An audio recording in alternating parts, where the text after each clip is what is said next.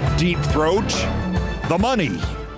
As it was true then in Watergate, so is it true now in Stooge-Gate, the federal indictment of two Russian state media operatives on charges they funneled millions through a Tennessee company to right-wing influencers via intermediaries to transform Putin propaganda made at the Kremlin into pro-Trump, anti-America talking point videos.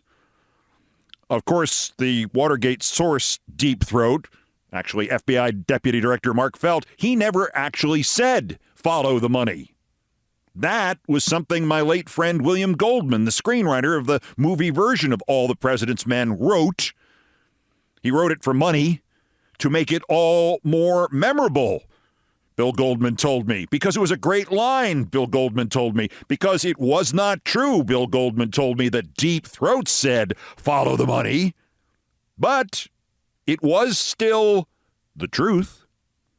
And that's kind of the point about what Felt's modern-day successors in the Department of Justice have now done, because in their indictment of the Russians, they never say that the Tennessee company is called Tenet Media, and they never say that Tenet Media was founded by Lauren Chen, and they never say that Lauren Chen also happens to work for Glenn Beck and Blaze TV, and they never say that Tenet Media's YouTube channel got $10 million from Putin's propaganda arm, RT, to grow and make and distribute videos about how America started the Russian war in Ukraine, how it's all Biden's fault, and vote Trump or die, and how America shouldn't get trapped in forever wars, and how terrorists are coming into the country across the southern border in the billions.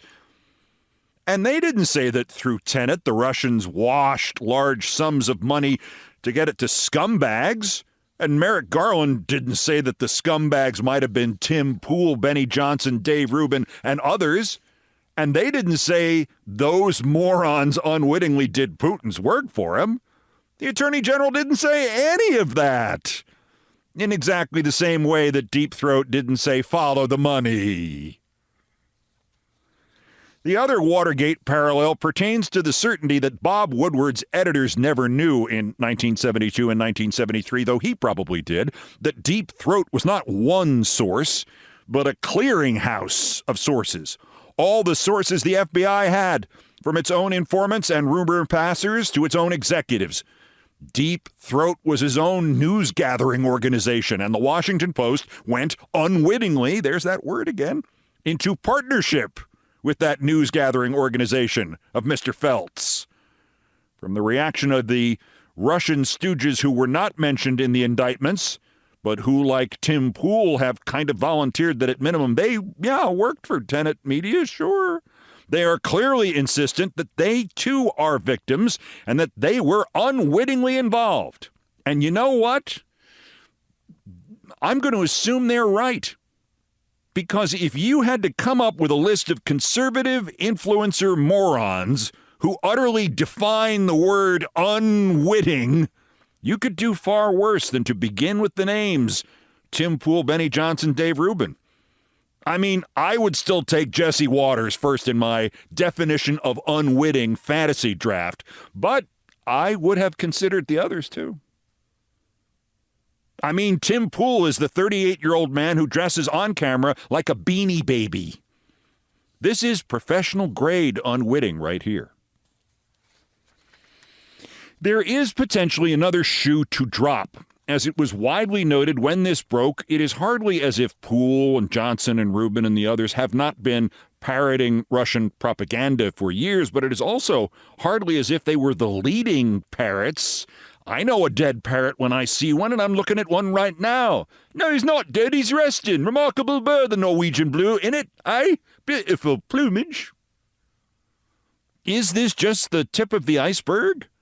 I mean, there is a reference in the indictment to the alleged American end of this scheme, and the people in it here looking at the video of a top American television news personality at a Moscow supermarket and being so insanely over the top in his praise of the dump that even they thought that the video was of no value as a propaganda tool for Russia or for their own arguments about Russia.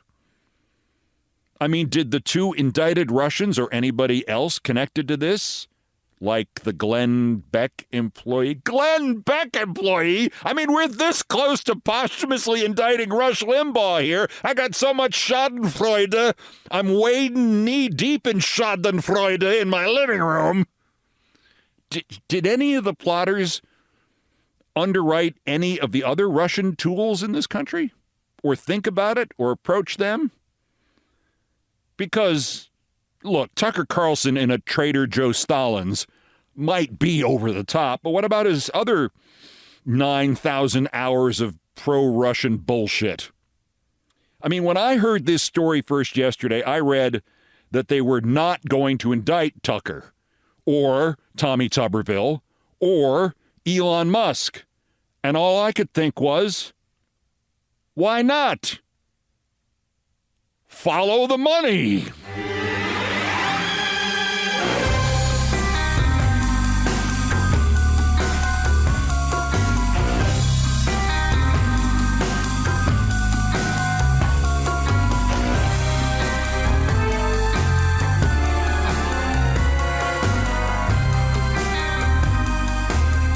You know, Trump makes a lot of videos. Just saying.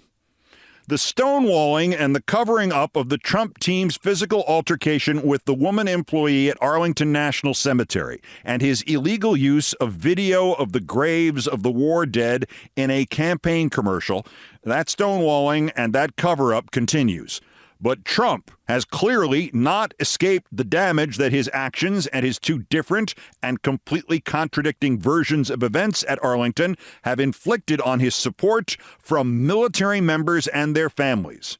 That impact is, in fact, startling. Change Research, in polling that was completed for Semaphore News a week ago today, 4 days after the altercation at Arlington, but just now released, shows that Trump's lead over Harris among veterans is down to 10 points. His lead among active duty service members is down to 5 points. His lead among families of active duty service members is now inside the margin of error at just 2%. Trump won veterans in 2016 by 19 points. He won active duty by 19 points. He won family members by 12 points.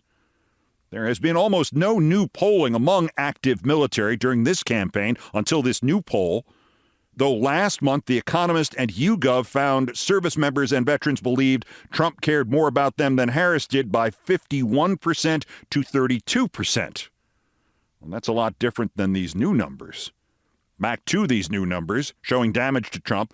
Change Research also says 53% of military-related voters who have previously voted for Trump in 2016 and or 2020 but say they will not vote for him this year, they attribute their change of mind to how he has talked about and behaved towards the military and those who have served in it. I'm adding this note, the military and those who have served in it like the dead at Arlington. For his part, after insisting Tuesday that the entirety of the confrontation with an Arlington employee who tried to stop the Trump campaign from its illegal commercial filming, that never happened, that nothing happened, not even something that would let him portray himself as the victim as usual.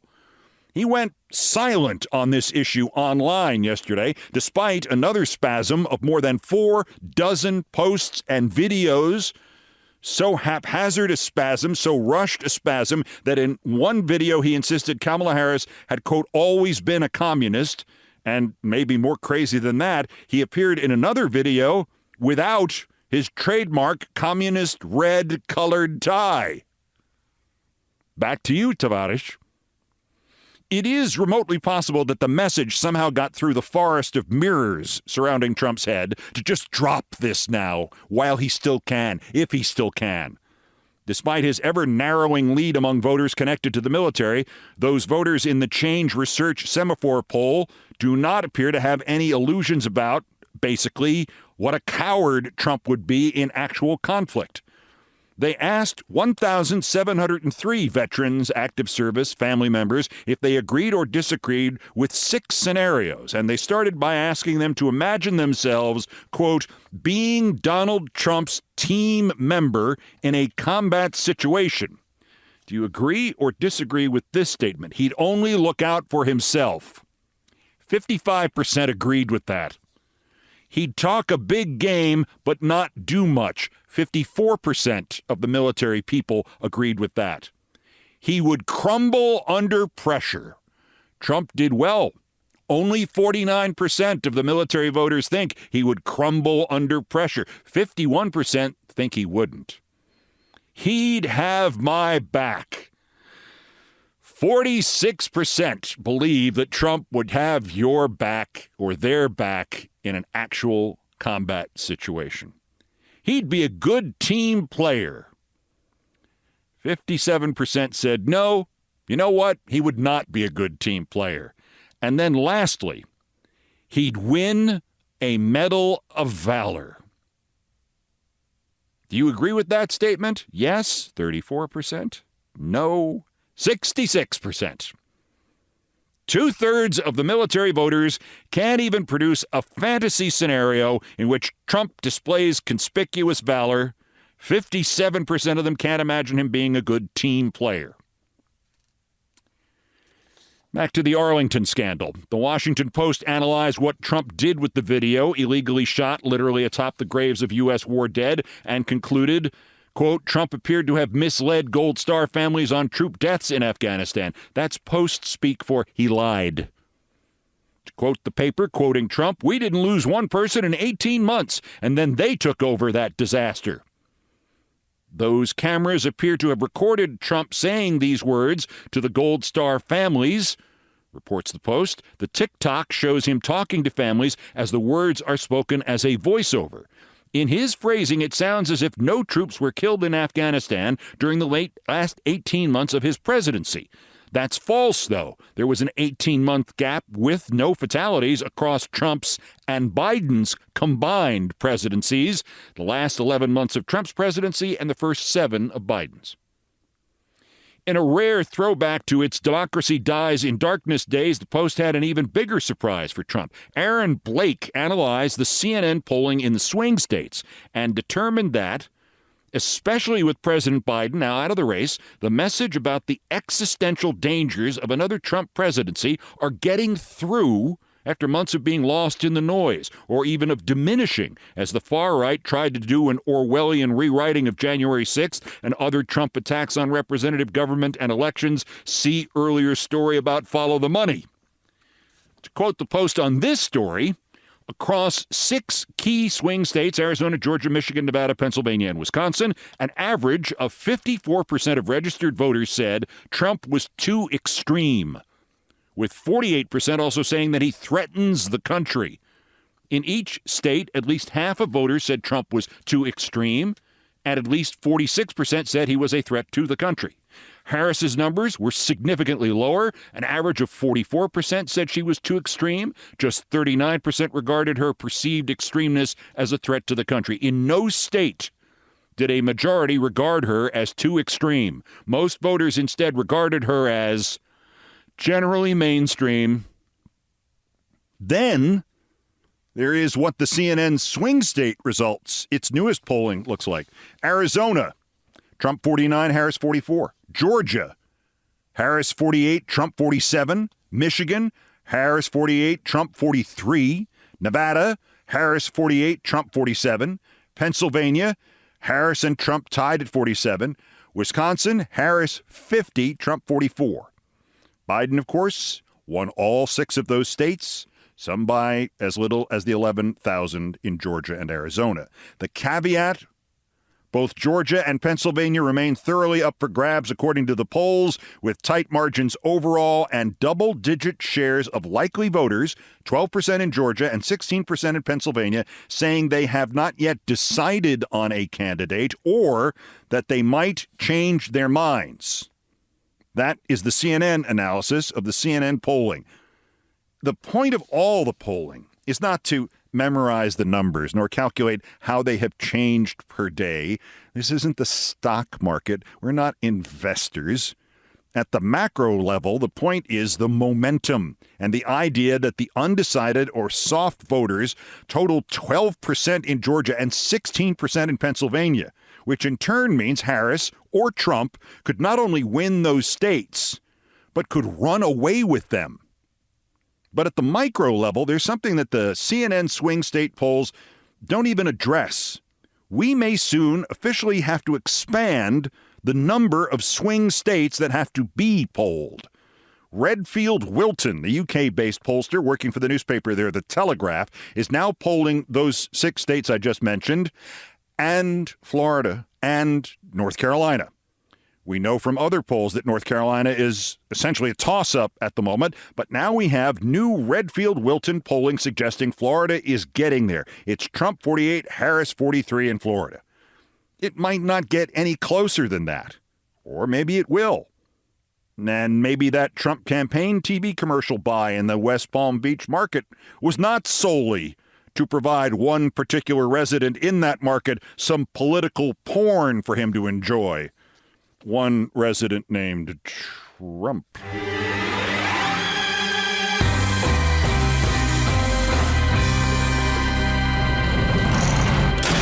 And then there is something that has to be read almost verbatim to be believed. I have rigorously charted the excuses and cover-ups that the website Politico has provided for Trump, but I'll give them credit for this much. These people know rats leaving a sinking ship when they see them. The website's playbook feature began a piece with near astonishment that the deplorable right-winger Eric Erickson had tweeted that some Republicans thought that the only hope for their party long-term was for Trump to lose and lose big. Jonathan Martin, the Politico writer, as cubbyholed an ancient beltwayer as there is, said he contacted a series of Republican leaders for a column thinking that his belief that the best hope for the Republicans' future was to lose and lose soundly would be met with anger and pushback and denial. Instead, quote, what he found while making calls was that many Republicans agreed with the take. There follows this astonishment 18 paragraphs worth of various songs whistled by various Republicans as they walk past various graveyards. It's everybody from the defense hawks angry at Trump's coddling up to the dictators to anti-abortion diehards who now hate him over his attempt to be all things to all voters on that issue. There is even, and try to follow this, there is even a supply of Republicans who have already decided that if Trump wins, but the Democrats take the House or the Senate in November, or both, that the Democratic House or Senate will be more difficult to take back in 2026. So they want Trump to lose so that the Republicans have a better chance and the Senate and the House, not this year, but 2 years from now. In other words, they have not even lost yet the presidency. They have not even lost yet the House. They've not even lost yet the Senate. Yet there are Republicans right now trying to sound like they meant for all of that to happen. You and I have already learned this year, this summer, how fast one can go from digging your own grave to instead shoving Trump's campaign into said grave. But get a load of how Politico finished this piece up. Quoting an anonymous conservative leader, quote, I think a lot of old school conservatives might hope that if he loses, there's an opportunity to just completely forget the last 8 years happened. In other words, Trump? Trump who?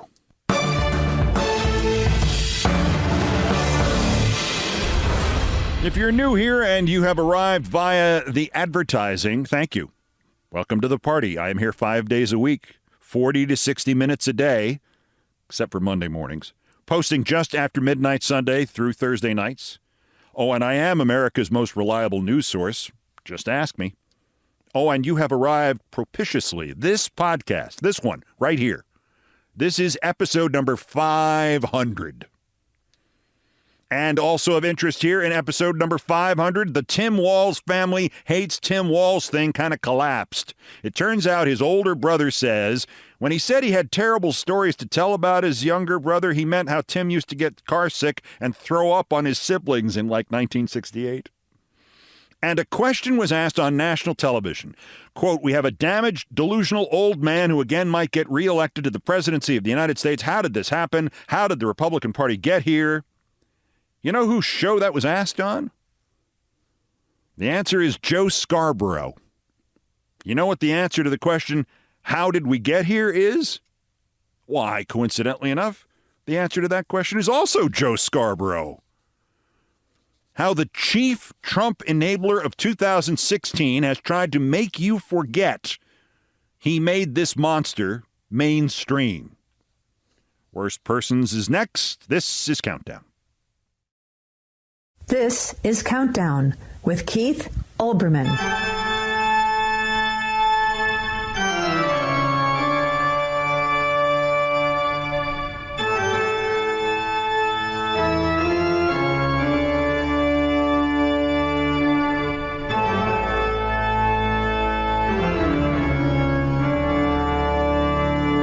Still ahead of us on this 500th edition of Countdown. I know it only seems like 5,000. Continuing our week-long celebration of the beginning of another season in the National Football League. Tonight begins weekend one of, what is it now, 50 weeks? 57 weeks? I'll take you back to the year that NBC, rather unexpectedly, offered me the job of co-hosting Football Night in America before its Sunday night games, and like 3 weeks in, I had to call in sick because my appendix blew up.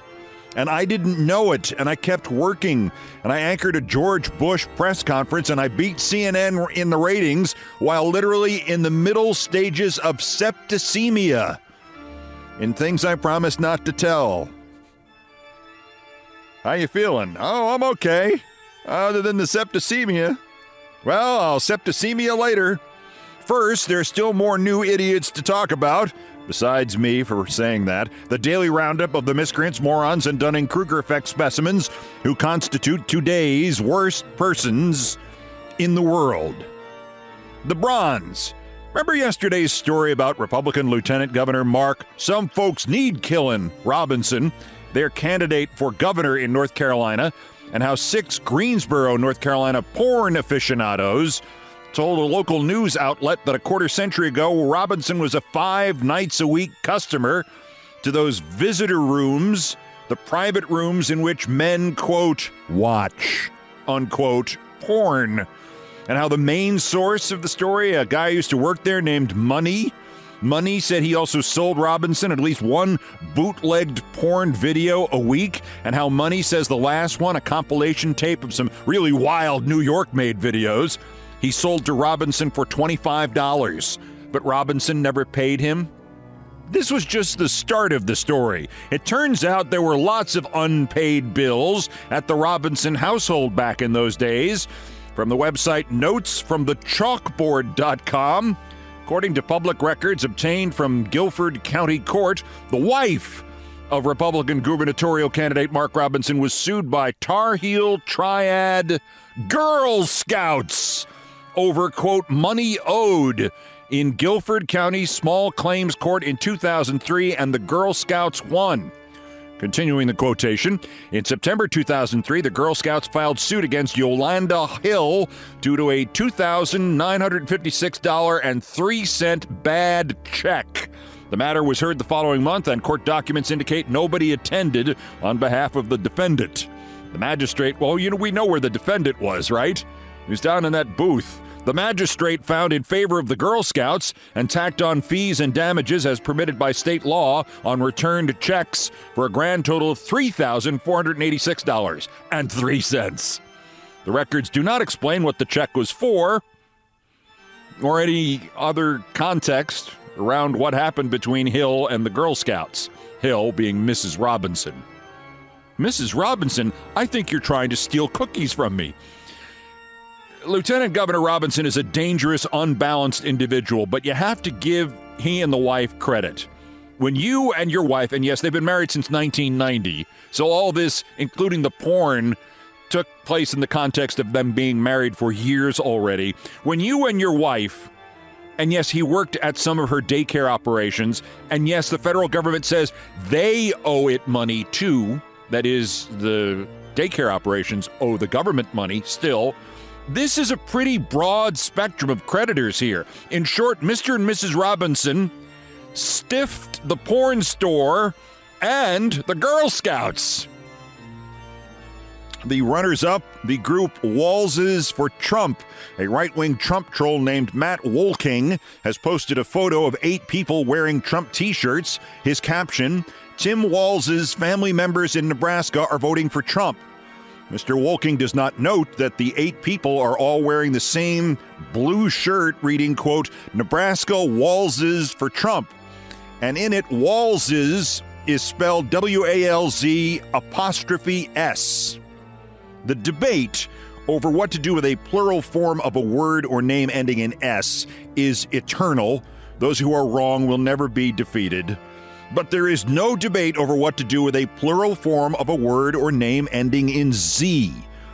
The rule is clear. You add an E and an S to it. So the shirts should read Nebraska Wallses for Trump, W-A-L-Z-E-S. Not W-A-L-Z''S. But if this is too highfalutin for the vice presidential candidate's dumber relatives, the shirts could read Walls family members for Trump. Or something else easy, using grammar that doesn't make them seem like there are court orders preventing them from leaving Nebraska. Now, before you complain I'm being way too judgmental here, there is an organized effort to make Tim Walz look bad, the way Mary Trump and young Fred Trump and the other sane Trumps have made Psycho Trump look bad. And this effort to make Tim Walz look bad, it's not going well. His older brother, Jeff Walz, started this, apparently inadvertently. He says he regrets it now. He wrote on Facebook that the governor is not the type of character who should make decisions about our future, and he could tell terrible stories about him if he wanted to. But Jeff Walz has now done an interview with the News Nation channel. That's the Nick at Night of news. And he's told News Nation that he regrets the post that he made on Facebook. He's not endorsing Trump. He still thinks of his brother as his brother, and they just disagree on all policies. So he's sitting out the election. But he did tell one of those terrible stories, one of those stories that's just going to sink Tim Walz and Kamala Harris and put Trump back in the White House. Are you ready?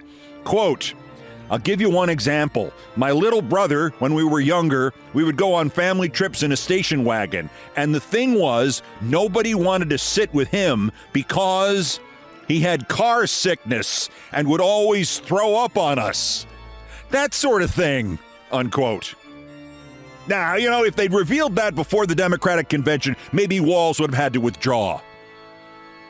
You know, that also may not be quite the sick burn the Trumpists think it is. Democratic nominee threw up on a Republican. Hell, that's the basis for a Tim Walz 2032 presidential campaign. Make America throw up on Republicans again. But our winner, speaking of which, the worst, Joe Scarborough.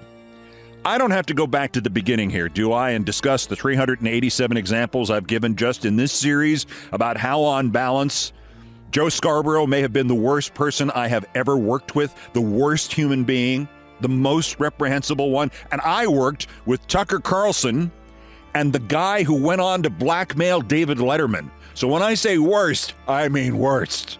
And the guy in the middle of this story related to Joe Scarborough, Mike Barnicle. I've known him literally 45 years. We worked together during the entirety of my time in Boston, and then we worked together several years at MSNBC, and I've worked with his sons. And Mike, in his career, he's cut corners now and again. But I do not doubt for a moment his overall sincerity, especially on the issue of Trump and preserving American democracy.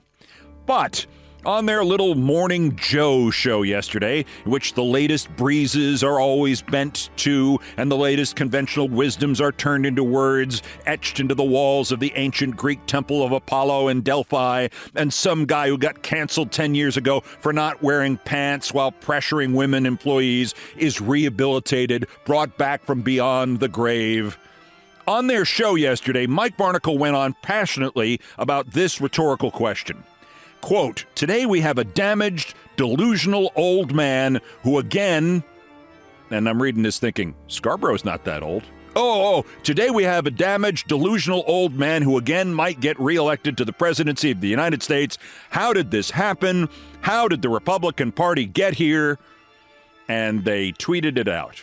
Again, a legit question all the way. But in saying this, Mike Barnicle forgot, and in clipping it off and sending it out virally in that cynical, hand-wringing, we finally have a product we can sell, which is true of 100% of the time on MSNBC before, say, 7 or 8 o'clock in the evening and a lot of the time thereafter. That cynical way that they treat progressivism or non-conservatism or whatever it is they think they're doing before, say, 4 in the afternoon. The Morning Joe team forgot a little bit of the answer to that question Mike Barnicle posed. One of the answers to how did this happen, how did the Republican Party get here, one of the answers is Joe Scarborough made sure it got there. For some reason, Barnicle and Morning Joe and the MSNBC comms department don't mention this a lot anymore, but in 2015 and 2016, Joe Scarborough fervently tried to mainstream Donald Trump and make him president of the United States, had him on MSNBC, advised him, traveled to a debate to coach him.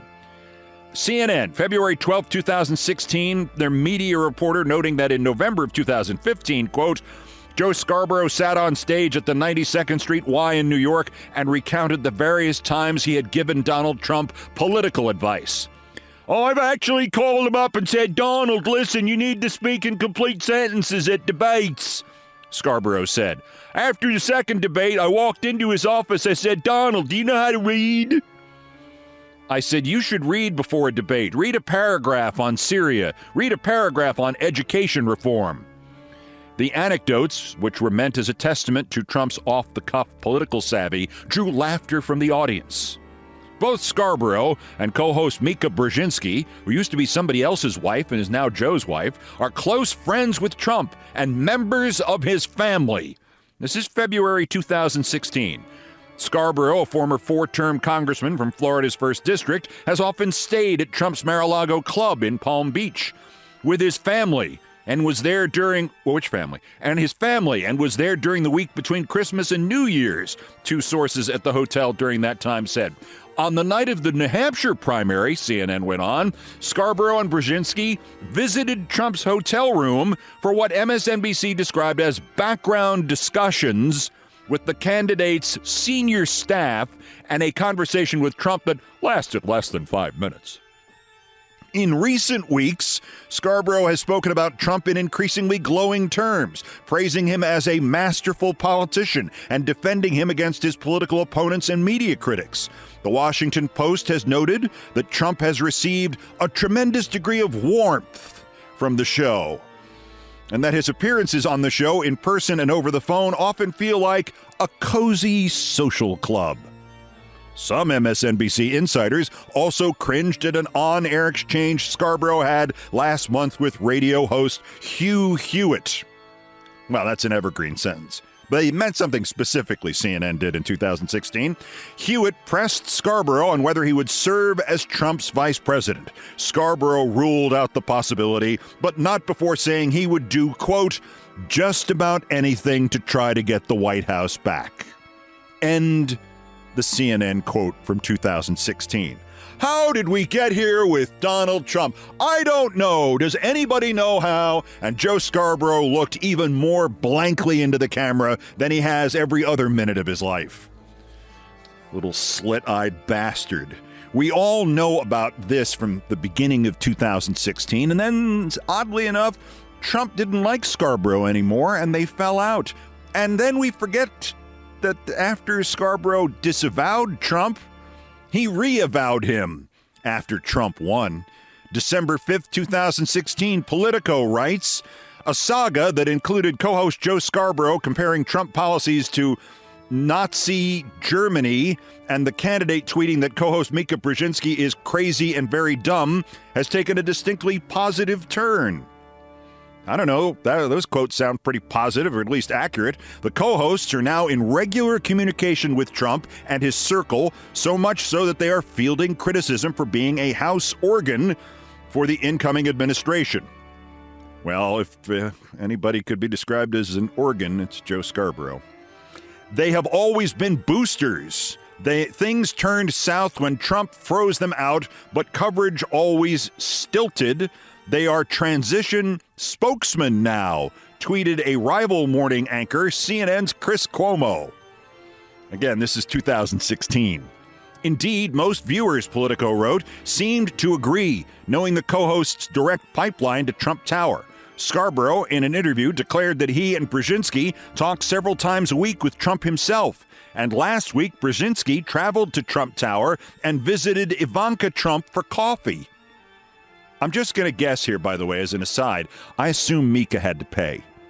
Indeed, many members of Trump's inner circle, including his influential son-in-law, Jared Kushner, stayed in close contact with the show in the campaign's final weeks. An NBC source close to the show says the Trump campaign appreciated that Morning Joe never wrote off their candidate as other media did.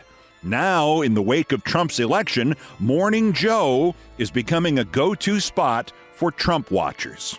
That is the end of 2016, a month and a half before Trump became president. And what it says, if you heard it in there, is that even while they were supposedly fighting and Scarborough was opposed to a Trump presidency, even then, behind the scenes, the two camps were in touch and the Trump people still appreciated Joe Scarborough's support. So when the question is raised, how did we get here? Maybe the answer, the third or fourth answer is, Joe effing Scarborough got us here. And the next time somebody on Scarborough's show asks, how did this happen? Or why is Trump still there? Take that photo that I tweeted yesterday and send it directly to Joe, at JoeNBC. It's the shot of him and Trump at MSNBC, both grinning like the fascist idiots they are, both giving Trump's thumbs up. If you don't want to do that, just get a package together and send Joe Scarborough a mirror.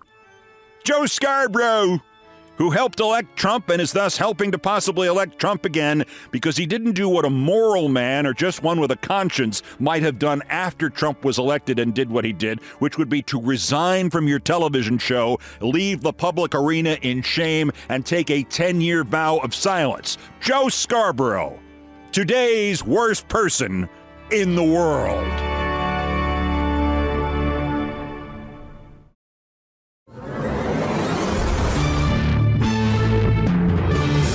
To the number one story on the countdown and my favorite topic, me, and things I promised not to tell. So it's another anniversary one.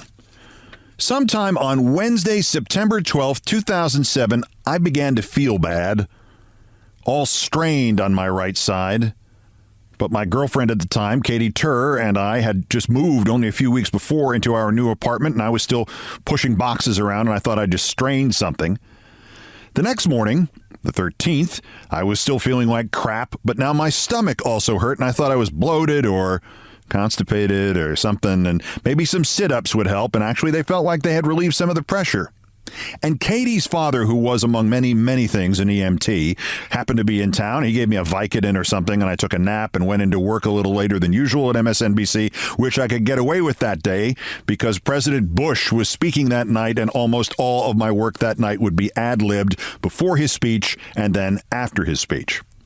I wrote what I needed to write quickly, and at about 7:15, I went out to the show line producer, Greg Kordick, who sat in exactly the right place, that he could make certain that I had left for makeup and was going to the studio on time. I had to walk right past him, and I said, I'm exhausted. I'm just going to close my eyes at my desk for a couple of minutes. If you don't see me go past by like 7:40, come in and wake me up.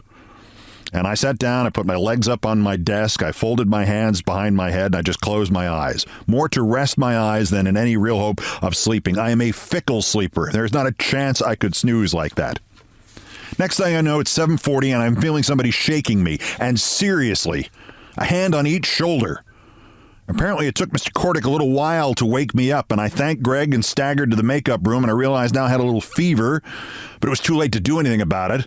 So I got my makeup, went to the set, did the lead into Bush's speech, took some notes during it, did the post-speech wrap-up with the analysts, and after 2 hours on the air, I got in the car that they sent for me to go home to New York from New Jersey, and I fell asleep again in the car.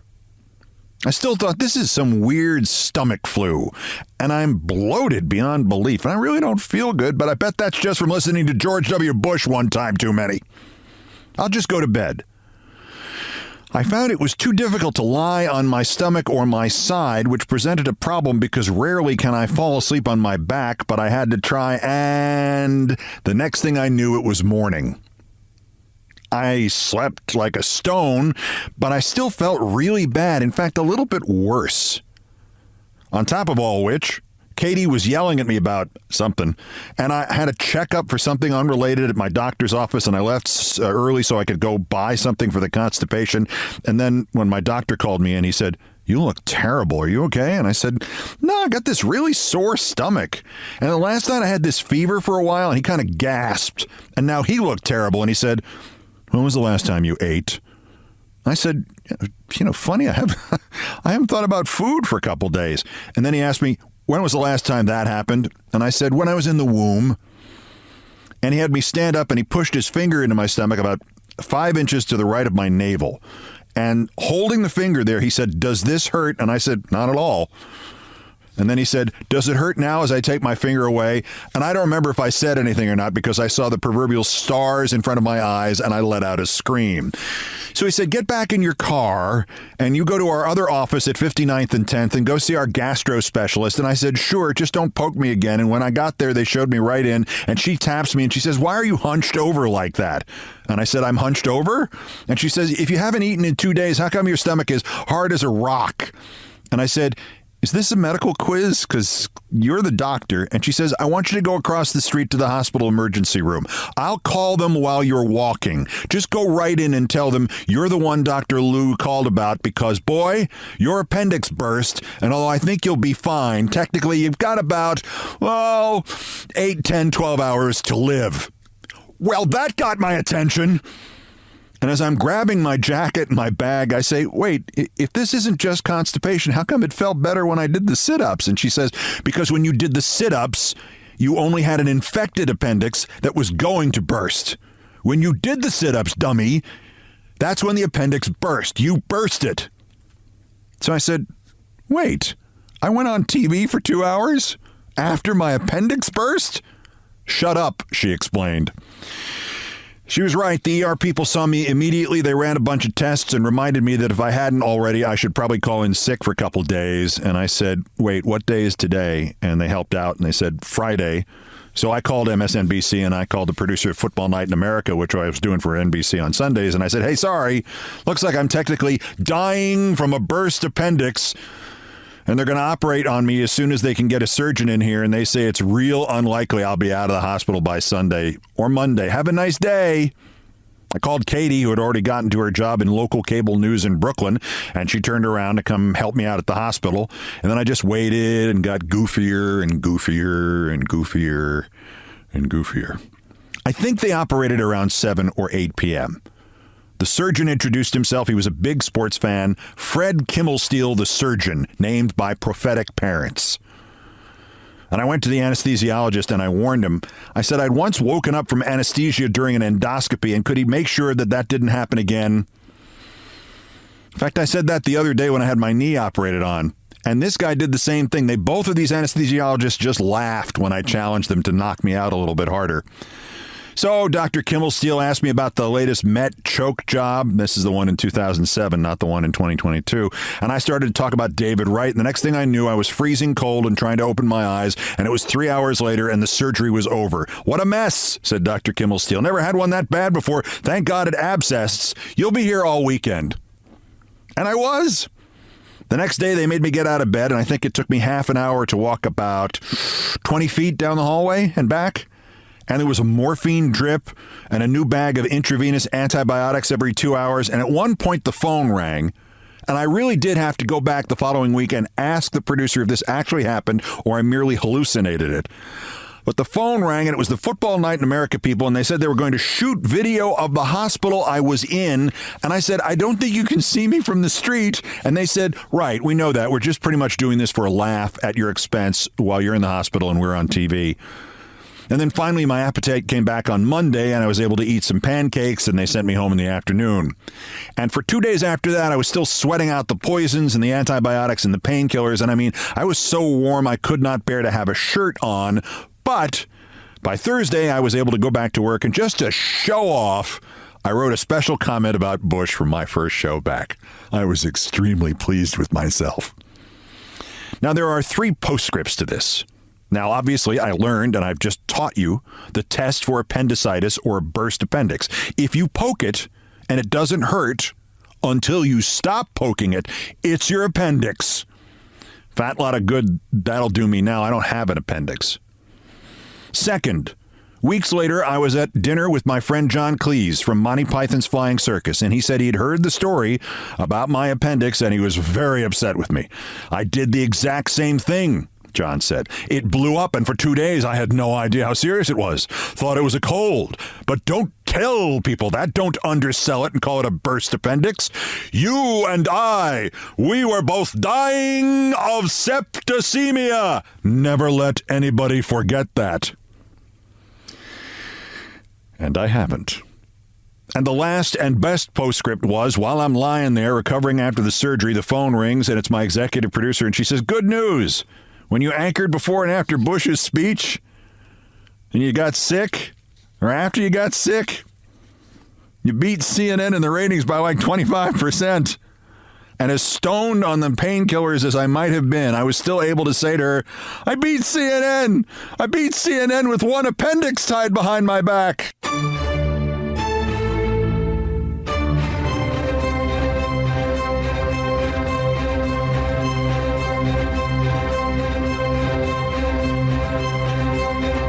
I've done all the damage I can do here. Thank you for listening. We're now back to 5 episodes a week, posting nightly just after midnight Eastern. The YouTube version, which is the audio with some animation. I don't want to mislead you on that. There's no video of this. The YouTube version posts about 5 a.m. Eastern. If you're not subscribing, please subscribe to one or both. And please share this pod with somebody who does not listen or watch. Or is it watching audio on YouTube, or is it some other verb? You're listening to YouTube? Then why is it a tube?